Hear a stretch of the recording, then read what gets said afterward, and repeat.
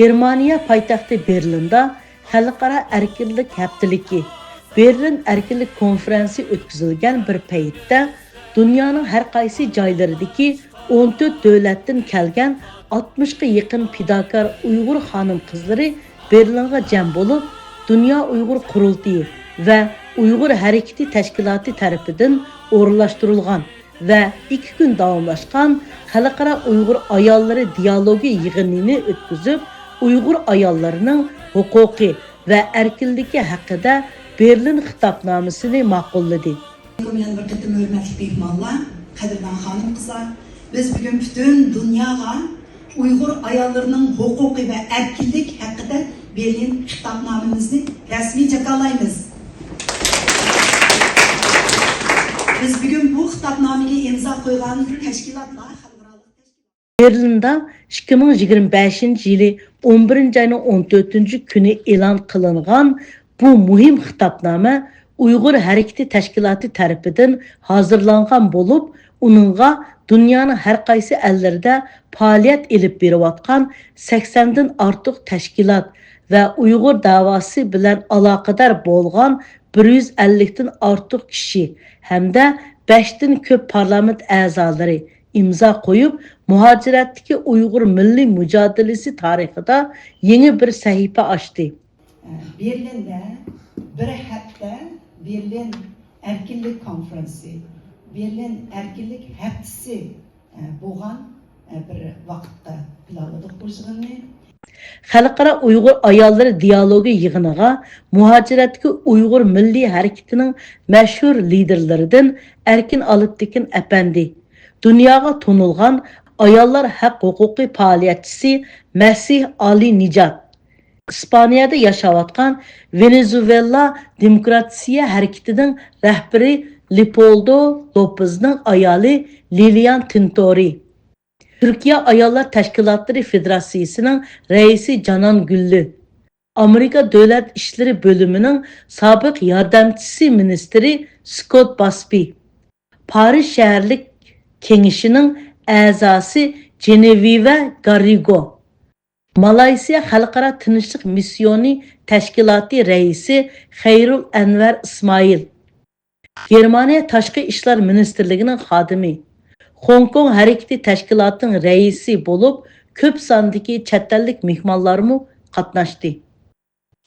Yig'inning ochilishida yana Amerika Cumhuriyetçi Partiyasining parlament a'zosi Yong Kim xonimning tabrik videosi qo'yildi. Germaniya parlament a'zosi Norbert Altenkampning tabrik so'zi o'qib o'tildi. Yang Kim, and I represent California's 40th district. Bu yig'in yuqori xalqaro saviyada o'rinlashtirilgan bo'lib, Beijingning 30 yil burungi yolg'on va'dalaridan irqiy qirg'inchilikning realligigacha, Xitoyning ayollar huquqiga qarata tajovuzchiligi, Beijingning bayonoti va Xitoyning xalqaro mas'uliyati, va'dalar bilan haqiqat o'rtasidagi farq, Birlashgan Davlatlar Tashkilotining mexanizmlari va xalqaro javobgarlikning roli, ziyonkashlikka uchrag'uvchi ayollar qanday qilib kuch va kurashni qayta hosil qila oladi? Chegara halqigan bostirish ayollar qanday nishonga ilinadi? Majburiy emgak, oilalarni ayirish va nazorat qilish Sharqiy Turkistondagi jinsiy zulm mexanizmi qatorliq ko'plagan muhim temalarda tafsiliy muhokamalar elib berildi.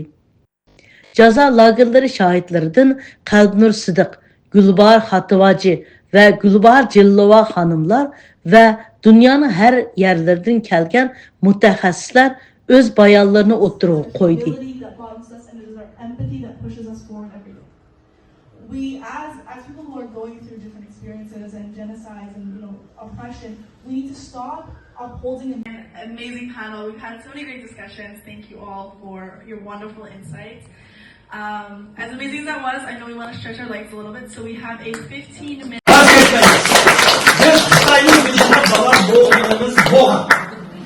Biz nurg'un bunday qiyinchiliklarni tariximizda yaşagan. Ama biz yana tik turib o'zimizni qo'llab qolgan. Xitoy hamkor qilyapti. Uyg'urlarni tilini yo'qotsan, dinini yo'qotsan, men buni yo'qotaman dedi. Yo'qotmay. Nima ish qiladi prezident? Birinci, Uygur dilini yokutup Xitay dilini öğütenler, Xitay dilinin dünyanın məlumatlarımız biz. Özümüzden tilimiz yeni öğüneleyimiz. Bu tilimizi yokutanmaydı. Bizim tutkallarımız köp bir xəl. Özbekler, Kazaklar, Kırgızlar, Türkler. Buranın tarihi bizim tarihimizin başı. İkincisi dinini yokutumaydı. Dinini Xudayım saklaydı, Allah saklaydı. Dinini yokutanmaydı. Biz mengu hayat kalırız ama tadalımız hizmet kısa. Biz vazgeçmemize gittiğimiz. Bu işin çoğunluğu küçüğü yok. Kur'an'ın kelgeninin kırısı. Kur'an'ın kelgeninin kırısı. Ve bu dava az oyladık ama teşkilatlardır, şəxslərdir, hatta devletlerden çok bir dava bulundu. Bu benim için ya başka birisi için emez. Bu aşturumu yapkan, zindanda yatkan, tecavüzü uçurgan, kim kıstak uçurganlarınki avazı. Şula, nedirler şula? Biz hiç kaçan kibirli kılmasımız gerek. Ağam kadınımız ne? Yiyen taamımız ne? İsabatı var. Bu oyun emez, çakçak emez. Uşundak mezgirde, eğer biz yüzümüzde müstehkem tutmamızsa, milletten aldı da, Xudayından aldı da, biz cevaplı veremeyiz. Mazkur yığınның ko'rinarli alayidliklaridan biri Uyg'ur ayollarining huquqi va erkinligi haqida Berlin xitobnomasining kuchli xalqaro qo'llashlar bilan jakarlanishidir. Berlin xitobnomasi Xitoyning Sharqiy Turkistonda yurgizayotgan irqiy qirg'inchilik jinoyatlarini, jumladan Uyg'ur ayollari duch kelayotgan og'ir fojialarni o'ttirg'i qo'yib, dunyo ellari va dunyo jamoatini unumli tadbirlar orqali dafsanda qilinayotgan inson haqlariga, xorinayotgan izzat hurmatga, yo'qotilayotgan bir millatga ega chiqishga chaqirgan edi.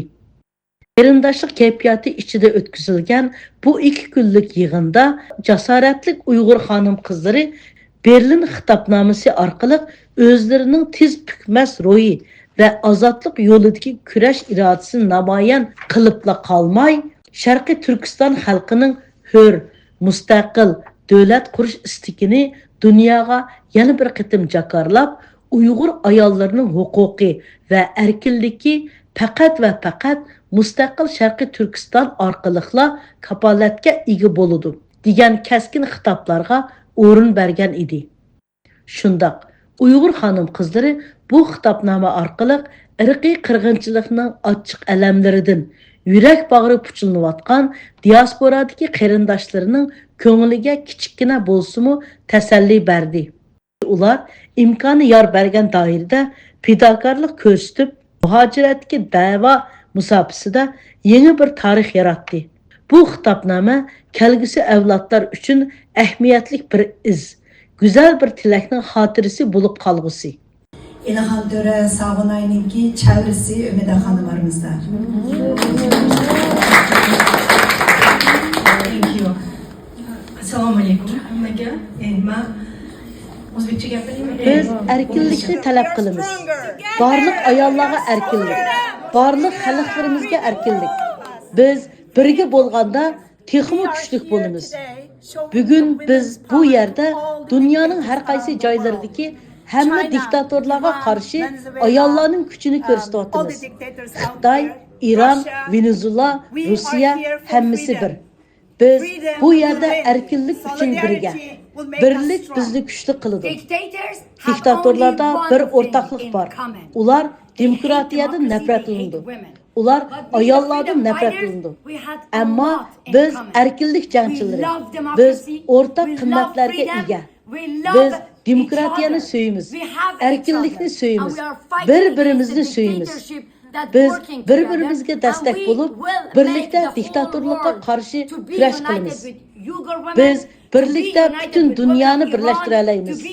Biz Uyg'ur, İran ve Venezuela ayolları bilan birleşimiz. Diktatorlarga karşı birleşimiz. Cinsi ayrımcılıkka karşı turimiz. Ayollar erkinlik talep qiladi. Uyghur ayollarının erkinligi ve hukuki to'g'risidagi Berlin xitobnomamiz vicdanlarga xitob qiladi. U ma'nilik bir o'zgarish rankasini ilgari surdi.